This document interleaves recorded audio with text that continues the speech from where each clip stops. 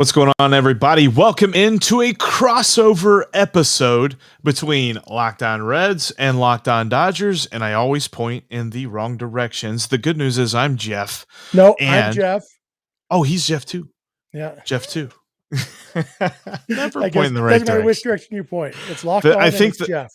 the problem is I point to you where I'm looking on my screen, and Yeah. it's got to be opposite because Yeah, I I'm don't doing the same understand thing. I'm yours. pointing at you right now. Man, technology, man. Can you even believe it? I don't know why they give this to us, but they do. Let's talk about this Reds Dodgers series. First off, we are the Locked On Dodgers and Locked On Reds podcasts. I'm Jeff Carr. He's Jeff Snider.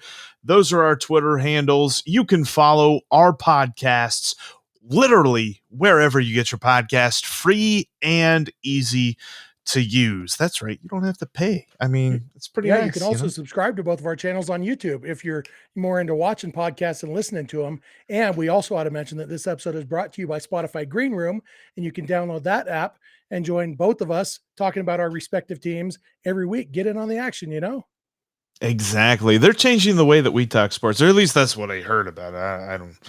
I don't know. I tell you what though, Jeff, let's dive into this because this is a big matchup. Back in May, this was a very interesting series.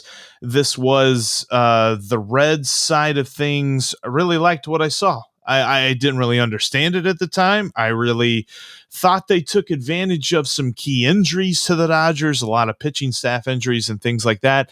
Not happening this time around. The Reds are getting the A squad. The top three pitchers in the Dodgers rotation are slated to pitch in each one of these three games here. And to be honest with you, with the woes that this lineup has had for Cincinnati, I'm a little worried. I'm not gonna lie. We have seen struggles for the Reds. In fact, even in the series closing game in Pittsburgh, they faced a guy named Connor Overton. And if you've not heard of him, there's a reason why. He's only pitched 7 innings If you before haven't heard yesterday. of Connor Overton, it means you're not Connor Overton's mother. Exactly. Well, all he did was pitch 3 beautifully shutout innings against this Reds lineup, and now they're looking at Walker Buehler tonight. They've got Max Scherzer tomorrow, who I don't think he's given up a run since coming over to LA. He might have given up one. I don't know. And then you've got Clayton Kershaw, who's back, and well, he pitches from the left side, and anybody with a pulse pitches well with their left hand against this Reds lineup. So this is going to be a really struggle of a series. I want to start with you though, because this has been a battle all year long because the Dodgers or between the Dodgers and the Padres out there in the NL West, talking about the two best teams in the National League, maybe the two best teams in all of, I'm sorry, not the Padres. We were talking about that in the preseason. Oh, sorry, Javi. I don't mean to do that. It's the Giants. They surprised everybody. We don't say what is sorry going on? Yeah. It's crazy, on? and the Dodgers and Reds both come into the series with a lot to play for. And back when they met last time, it was different. I think the Reds were coming off like a 7-game losing streak last time, and then they beat the Dodgers 2 out of 3. This time, the Dodgers are a game behind the Giants in the National League West. The Reds are a game and a half out of the wild card, behind two teams, the Padres and their division rival Cardinals, and so it's intense for both teams. And like you said, that when they faced each other earlier this year, let's just say I don't think Luke Raley or the corpse of Edwin Rios are going to get many at bats this time like they did last time. The Dodgers do have their healthy lineup, and you're getting 2 of their top 3 pitchers. It's hard to know where Clayton Kershaw slots in right now just because he's not built up. He's fresh off the injured list. He's only gone one time. And so they're probably not going to get more than, I think they'd be thrilled with 5 innings from Kershaw.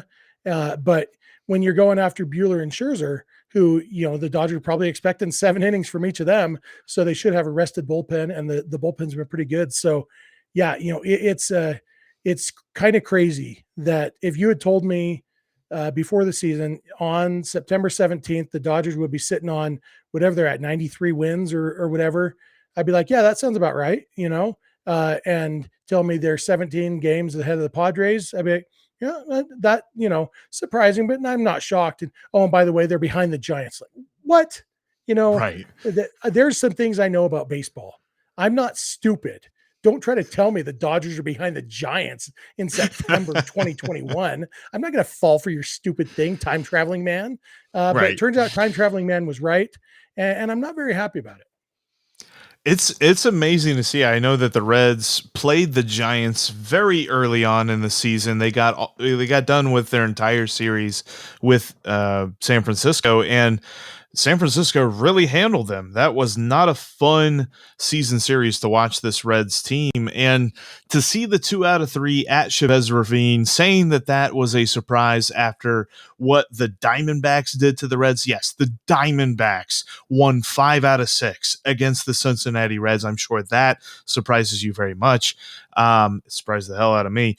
And then the Padres, the Reds only won 1 game against that. And it's funny because most Reds fans look at that one win as the turning point in this season, whenever things were going really rough, weren't sure what the Reds were going to do as we were heading into the trade deadline. And then all of a sudden, Tyler Stevenson hits a walk-off to win in the final game in San Diego to bring it home and not get swept. And that was really the long and short of it. The Reds have been dominated by everybody in the NL West, and now they're finishing up with this Dodgers team coming into it having lost 7 straight series. And they're not really playing Murderer's Row, Jeff. They're playing, they've lost to the Cubs, they've lost to the Tigers, they've lost to the Pirates, teams that they should be absolutely making hay against, teams that coming into the month of September, I looked at the schedule and I said, boy, if they're hanging on, they might get this wild card. And on August 27th, they were 12 games over 500. Now they're 5 games over 500, and I feel lucky to say that because everything at certain times has failed. You're talking about a lineup that, for the most part, ever since Jesse Winker has been out, talking about 20, I think around 26 games right now, ever since he's been out, they've scored 1 run at least 10 times during that stretch. Now, thankfully, they scored 1 run yesterday and they won. So that's nice to see. But I don't think that's going to work against this Dodgers team, who is absolutely stacked. And I want to ask you this too, and maybe this is something that we can give folks a cliffhanger for, and you can answer in this next segment. But the thing for me, as a Reds fan who has heard all his life that his favorite team is a small market team, what is it like to sign a former Cy Young winner, have things go wrong there, and then just say, oh, you know what? We're going to go trade for Max Scherzer? I will answer that question in a minute. But first, I'm going to tell you about Built Bar because I love myself some Built Bar. Built Bar is the best tasting protein bar in the world. They're all delicious and they're all healthy. And that's a combination you don't get very often. Imagine eating a sleeve of Girl Scout cookies, the Thin Mints, and not Mm. feeling like a big fat glutton right after. That's what the Built Bar Grasshopper Cookie Bar is. It is so good. It tastes just like the Thin Mints, but it's got like 150 calories per bar or something. All the Built Bars are like 130 to 180 calories each, 17 or 18 grams of protein, 4 or 5 grams of sugar and net carbs. I mean, they're really healthy. And unlike every other kind of protein bar you can buy, they don't taste like garbage. Protein bars are gross. People eat protein bars because they feel like they get bonus points for hating themselves enough. Like, I'm going to build extra muscles because I'm eating this cardboard. Well, guess what? Built Bar, you don't have to hate yourself for the calories, and you don't have to feel like you must hate yourself to make yourself eat that garbage. Built Bar tastes great, and it is super healthy for you. And if you go to built.com, you can use promo code LOCK15 for 15% off your next order. That's promo code LOCK15 for 15% off at built.com. And with that said, Jeff, I'm going to answer your question. It's really nice having a team that's willing to spend the money that they get. I believe that every major league owner could afford to spend more money than they do. And the Dodgers, they do spend more money than anybody. Even them, they're probably still making more money than anybody because just their TV deal is like $330 million a year. They could handle this payroll they have without ever selling a ticket. And they also lead the league in attendance every year, and merchandise sales and everything. So, but it's what I love about it is the commitment to winning. The Dodgers, they went out and signed Trevor Bauer, like you said, and that didn't work out. And some people think they should have foreseen that it wouldn't work out. I don't think the particulars of him not being on the roster right now were actually that foreseeable. I think a lot of people are jerks on Twitter and not uh, doing the things that Trevor Bauer is accused of doing. So, it is what it is. But yeah, so when that didn't work out, they said, okay, we'll trade for Max Scherzer instead. But the thing is, that didn't take money. That took a good farm system. The Dodgers they draft well, they develop well, and they're willing to spend money. It's kind of the triple. Basically, if I wasn't a Dodger fan, I would hate the Dodgers because they are run the way I would want my favorite team to be run. I want my favorite team to draft well, develop well, and spend money to fill in the holes when they need to. Yeah, no, and to be honest with you, when I look at the Dodgers, I don't hate them. I'm certainly jealous of Dodger fans and different fan bases around Major League Baseball, but I definitely don't hate the Dodgers for doing what they do. I understand it. I mean, and the it's interesting to note that part of that trade that got Max Scherzer to the Dodgers, Josiah Gray was involved in that. He was formerly a Reds farmhand. So it's funny to see how that has all worked out. You talk about that trade that happened a couple of years ago that brought Yasiel Puig, Hey, it the got you your blow. starting shortstop, man. Yeah. That's a sore subject. No, don't get me wrong. I love me some Kyle Farmer, but you could ask 10 Reds fans what they think of what the Reds have done with Kyle Farmer, and I think you might get 10 answers. So it's interesting to see. But I love the development that he's had this season, and also a belated congrats to him because I keep forgetting to do this on the podcast, but he just had his first child a couple of days ago. He's been back. He was on paternity leave for like an entire weekend, and this is how late that I'm doing this. I'm doing this on Friday, but yeah, whatever. It's really great that he is moving along in his life as well, getting the chance to be the Reds' everyday shortstop. I'd like to see what more they could do after Jose Barrero takes over next year. Maybe they could try him out at third base or something like that, because the Reds have a lot of question marks at third base between Mike Moustakas and Eugenio Suarez. But for me, when I'm looking at this game, we talked about Scherzer a little bit, but the key matchups are going to be this Reds lineup against this ridiculous probable starting gauntlet that they're going to go through with Walker Buehler and Max Scherzer and Clayton Kershaw. And I understand Clayton's still getting worked up and probably only 5 or 6 innings, but those 5 or 6 innings are going to be hell for this lineup. They have hit so terribly against left-handed pitching that I was begging, pleading on Tuesday night that anybody, the Pirates brought in a reliever. I don't even remember his name. I know he threw from the left side. I'm just like, anybody, please get a hit. 2 left-handed hitters, Joey Votto and Mike Moustakas, did nothing. Kyle Farmer hit a laser home run. That was nice to see. So love the fact that he's been able to do that. But this lineup has been the reason that the Reds have been successful all year long. They've had one of the worst bullpens in Major League Baseball. Though recently it's been okay, the fact that the lineup has taken such a huge dip is the reason that the Reds have only won 5 games out of their last 21. So when I look at this and I say they are holding on by a tiny little thread to the second wild card spot, the lineup has to get going before we can even talk about them climbing up this thread, maybe turning it into a rope, maybe assailing the Cardinals and taking over that second spot. Not to mention the fact that they had that chance with 2 series over the last 3 weeks against the Cardinals, and they totally missed the mark.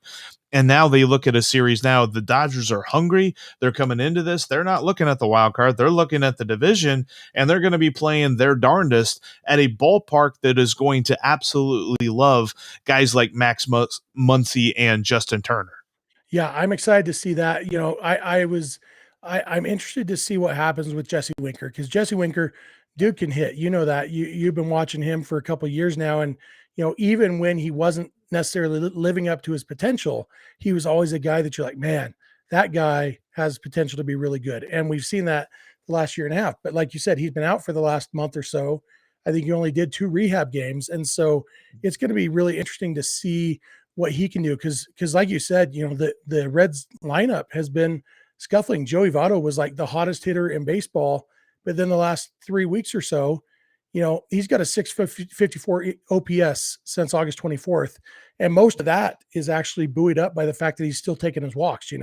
He's batting 167 with a 367 slugging percentage. It's just, a couple home runs and a couple doubles, but mostly a whole lot of outs. And, Nick Castellanos is, not as long term, but the last, week and a half or so, he's been struggling. So that lineup really could use Jesse Winker, but it's hard to, I feel bad for Jesse Winker. Hey, why don't you take a month off and then come back and face Walker Buehler and Max Scherzer and Clayton Kershaw and Yeah. see if you can get it going again on the big league level against those guys, and maybe he will. He's a very good hitter, but that is going to be the big thing to see if the Reds lineup can do anything against this Dodgers pitching. And the fact is, the Reds also have probably their three best pitchers going in this series too. Depending on your thoughts on Luis Castillo, at least talent wise, maybe it's their top three. Although if we talk about talent, maybe we got to take Wade Miley back out. I don't understand how Wade Miley's doing what he's doing. Let's just say I'm not in the Wade Miley believers club, but Gamma rays, I think. But he's got a strikeout rate reminiscent of like the 30s. But it really is going to come down to whose good pitching is going to win.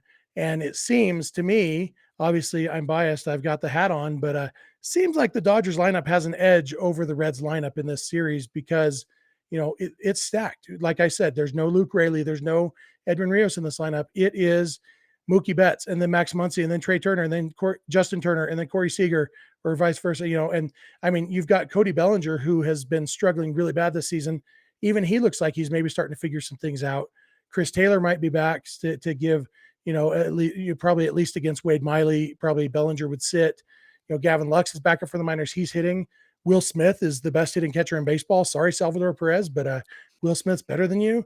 It's a really good lineup when they're right. And they've shown signs the last several days that they might be getting right. And yeah, it was against the Diamondbacks, but the Diamondbacks, Zach Gallen's a good pitcher. Merrill Kelly is a decent pitcher, and the Dodgers did pretty well against those guys. So if the Dodgers offense is back, it's they might really enjoy their time in that stadium.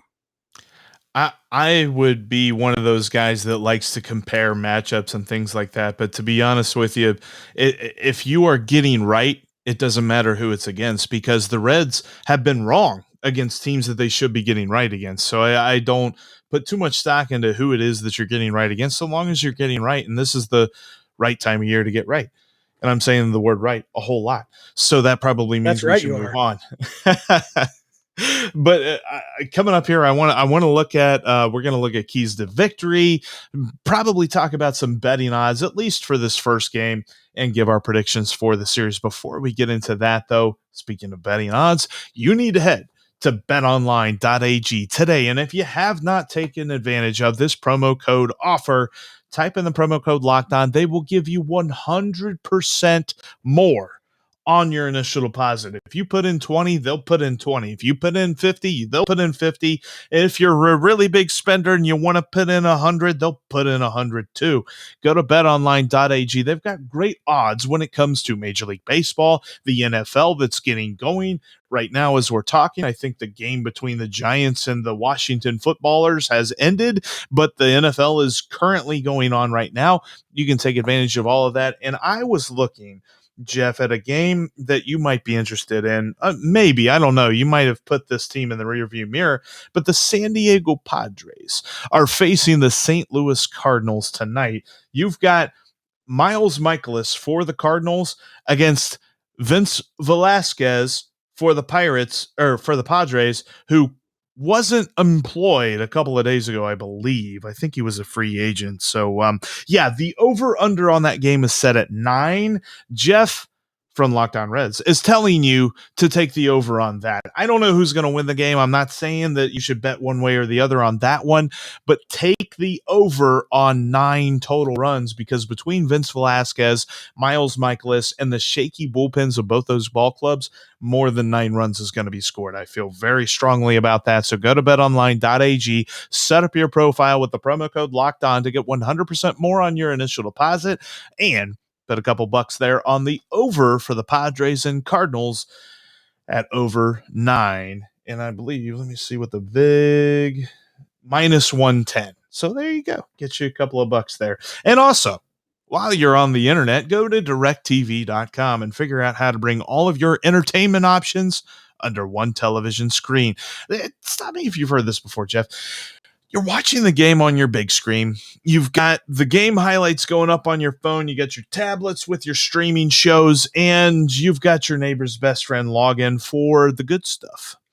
It's 2021. Let's bring it into the present, not even the future, the present. Bring your entertainment options all under one television screen with DirecTV Stream. Go to directtv.com today to learn more about DirecTV Stream and how you can bring your entertainment options into 2021 right now. That's on directtv.com. Compatible device required. Check it out at DirecTV.com. All right, Jeff, looking at this series, I'm going to be honest with you. We're going to talk about keys to victory and betting odds and all that other stuff. Predictions wise, I'm just going to be happy if the Reds don't get swept. And I'm not saying that as the ant that's afraid of the boot that's about to step on it. I understand that the Dodgers have way more talent than the Reds do, mostly because their front office cares about that sort of thing. Maybe. Yeah. Okay. I think we're good. But when I look at this series, the Dodgers are just on such a roll, and the Reds are going to be facing some pitchers who are on such a roll, and they're putting up a lineup that just has to figure out how to score runs again. I just want one win. I just want 1 out of 3. And I'm not sure what your feelings are on that matter, but that's where I'm at. Yeah, and honestly, I'm gonna be disappointed if the Reds don't get swept because the Dodgers need every win right now. You know, the Giants are going up against the Braves this weekend, and realistically, you can expect the Giants to lose at least one of those games. And so if the Dodgers can sweep the Reds, the Dodgers can tie the Giants. If the Braves really take care of business, win 2 out of the 3, even better, but the Dodgers, they've gotten past the mindset of let's win the series, and they are in let's sweep this series mindset. They've done it the last couple times, and it's what they need to do right now to pass the Giants. It's kind of a bummer that the 2 best teams in baseball happen to be in the same division, but it's also fun because it makes the Dodgers really go after it. And so you're not going to see, for most of the season, the first 5 months of the season, Dave Roberts was giving guys days off and stuff, and the days off days are over, and Yeah. Max Scherzer, dude, go out and throw 8 innings if you can throw 8 innings. Walker Buehler, do the same thing. In fact, Buehler, go ahead and throw a complete game. That, and we are throwing the A lineup at the Reds. And really, the question is, can the Dodgers A lineup show up? And it seems, like I said, it seems like they're getting right. They have been pretty boom or bust. That's a phrase that every Dodgers fan is tired of hearing in 2021, boom or bust, because there's been a whole lot of boom, but also a whole lot of bust. And at the end of the day, the Dodgers have by far the best run differential in baseball. But it would be nice to get a lot more of that boom and not the bust, because the bust is scary, because the bust just reminds us that bust could come in October. And for many, many of the past 8 years that the Dodgers have won their division, that bust has come in October. And so the busts in August and September just kind of give us a little bit of PTSD and remind us that baseball is a fickle game that hates us and wants us to be sad. And so what we need, honestly, I don't know if I'm predicting a Dodgers sweep. I think the Dodgers are favored in all 3 games. I think the Dodgers, especially the first 2, the third game, not knowing what you're going to get from Kershaw and going up against, I think that's Kershaw against Miley in the third game, right? Mm-hmm. Yeah. And so, there's a little bit of a question mark there. The Dodgers have struggled some against left-handed pitching this year, but that was before Trey Turner. That was when Mookie Betts wasn't really healthy. When Corey Seager was out, he hits lefties really well. So, all in all, I fully expect the Dodgers to win the first 2 games of the series and then go into the finale on Sunday with smelling blood and just come out and just dominate. Unfortunately, Austin Barnes will probably be catching on Sunday, between it being, a day game, although it's not a day game after a night game because Saturday is a day game too.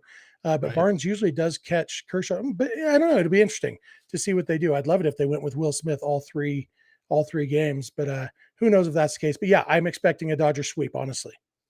It's funny because for like all of 10 minutes, I heard that they were going to move that to Sunday Night Baseball, and then they decided to not do that. I don't know exactly all what went behind that decision, but here we are. We're talking about 2-day games in a row this weekend, and I think there's going to be a lot of intrigue surrounding Kershaw versus Miley because if you put the two together, I think their total age is like 70 years old and their major league experience is somewhere around 1,050 years. When I look at that pitching matchup, I'm very excited to see what happens, and a lot of that has to deal with what are we going to get from Wade Miley. He's been the Reds' most consistent pitcher all year long.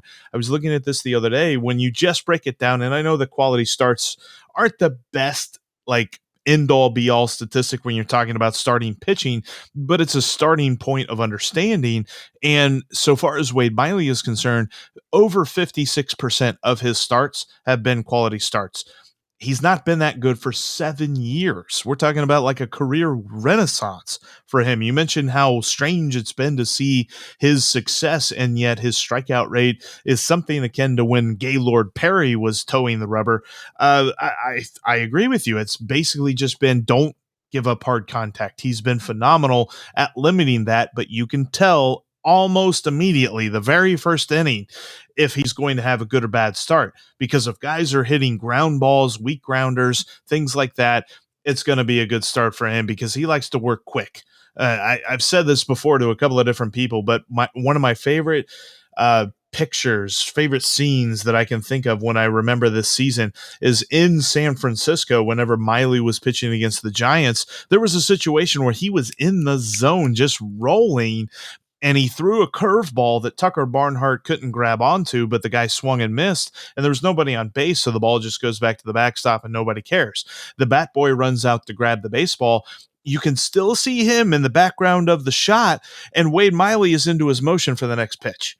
He is just so quick when he's in the zone, and that's a huge deal for me to see what that's going to happen on Sunday. And then when I'm looking at the other two pitching matchups, from the Reds aspect, you got Castillo on Friday night. What is he? Because in his last start, he was only okay. In fact, he was one of the liabilities and the reasons that the Reds lost, because they still scored runs. They gave 4 runs, but he gave up 4 runs. And that's not going to help, especially against this Dodgers lineup. And then you got Sonny Gray on Saturday, who as of late has looked a lot better, mostly because he changed his philosophy after he came off the injured list in late July, early August. He was really trying to pitch to strikeouts. He was really trying to pitch around guys, get them to swing and miss, or to get that phantom, like called strike 3, something like that. Because of that, he was running his pitch count up, giving up some walks, giving up some hits, because he would get into hitters' counts and have to throw a bad strike that would then get clobbered. Since then, he's changed his philosophy and kind of pitches a little bit more like Wade Miley, not getting a ton of strikeouts, but being very pitch efficient and going late into ball games. So I'm going to be excited to see what I get from him on Saturday. But no matter how good they pitch, if they give up 1, if they give up 2, if this lineup doesn't hit, it does not matter. They have given so many of these performances where it seems like quick at bats. They get the off-speed pitches early, and you can catch these guys really aggressively swinging, thinking that they're going to pull the ball out of the ballpark, and then it's just a dribbler down the third base line. So what does that do with guys like Buehler, guys like Scherzer, guys like Kershaw, who are way, way far and above smarter than the pitchers that they've been facing over the last week and a half? How is that going to play out? And that, to me, is going to be so crucial in if the Reds are even competitive. And that's all I'm asking. I'm not asking for the Reds to win this series. I just want competitive baseball because it seems so few and far between here lately. Yeah, and it's going to be kind of a bellwether for the Dodgers to see how they hit against this solid pitching. Because like I said, it was the Diamondbacks that they faced recently. The Reds are potentially a wild card matchup. There's a not tiny chance that the wild card game could be the Dodgers against the Reds. And so seeing what the Dodgers offense can do here, if they can come out and make Luis Castillo work, make Sonny Gray work, Wade Miley, I'm actually excited for that game because Kershaw works quick too. So we might have a 2-hour game that day. Hopefully it'll be prolonged by the Dodgers hitting, knocking Wade Miley around a little bit and a lot of pitching changes for the Reds. But it'll be exciting, and I'm really interested to see what the Dodgers offense does because they have been so boom or bust, and this seems like a series where you could see either one. You could see some boom or you could see some bust, and I think that's we're going to know a lot more by the end of this weekend about what the Dodgers' chances really are, because this is some solid pitching. If they can take care of business against these guys, I think everybody in Dodgerland is going to go be feeling a lot better about October. Obviously, if they face the Brewers in the NLCS, nobody's going to hit Corbin Burns and Brandon Woodruff really well. But if the Dodgers can take care of business against these Reds pitchers, I think it at least builds up some of that confidence. And even in a Brewers series, the Brewers hitter, it's kind of the same thing. Brewers hitters would have to get some runs off these guys who Dodgers have 3 starters who are going to finish in the top 5 or 6 in Cy Young voting. So it'll be a fun series. Hopefully more fun for me than for you, honestly. Like, I like you, Jeff. I think you're a good dude with a cool name. But I hope you're pretty upset this weekend. I hope you by Sunday night, I hope you're questioning why you decided to be a baseball podcaster. Well, my friend, I can assure you that I've already done that over the last week or so. That's going to do it for us today. On that disappointment, it's time to end. Before we end, though, I wanted to let you know you should go check out the Locked Bets podcast. Whenever we're talking about Betonline.ag, they can help you out. Your boy Q and Mr. Lee Sterling. I always forget his first name. Lee Sterling can help you out over at the Locked Bets podcast. Find that wherever you get your podcasts. But we are looking forward to hopefully some good baseball this weekend. Looking more questionable at the home team than I am at the visiting team. We shall see what happens, though. Jeff, I appreciate getting the chance to do this crossover with you. Like we mentioned at the beginning of the podcast, these are our Twitter handles. You can follow us during the series. Jeff also has a partner. Jeff, what's Vince's Twitter handle there? His Twitter handle is just Vince Samperio. Pretty straightforward. And, we keep our DMs open. We love talking with baseball fans. So hit us up. You can also hit us up on Instagram or Twitter, just at Locked On Dodgers. So there you go. And you can follow at Locked On Reds as well. We will we'll talk about this series on Monday. Also, real quick, shameless personal plug here. If you're listening to the Reds Radio Network after the game on Sunday, after the series finale, myself and Austin Elmore will host the they call it Reds Extra Innings. It's the post-game show on the Reds Radio Network on 700 WLW. That's going to be a lot of fun. I'm looking forward to that. So, but anyway, for Jeff, you can decide which one. Yeah, you can decide which Jeff I just mentioned there. We'll talk to you guys on Monday. Thanks for listening to Locked On Jeffs.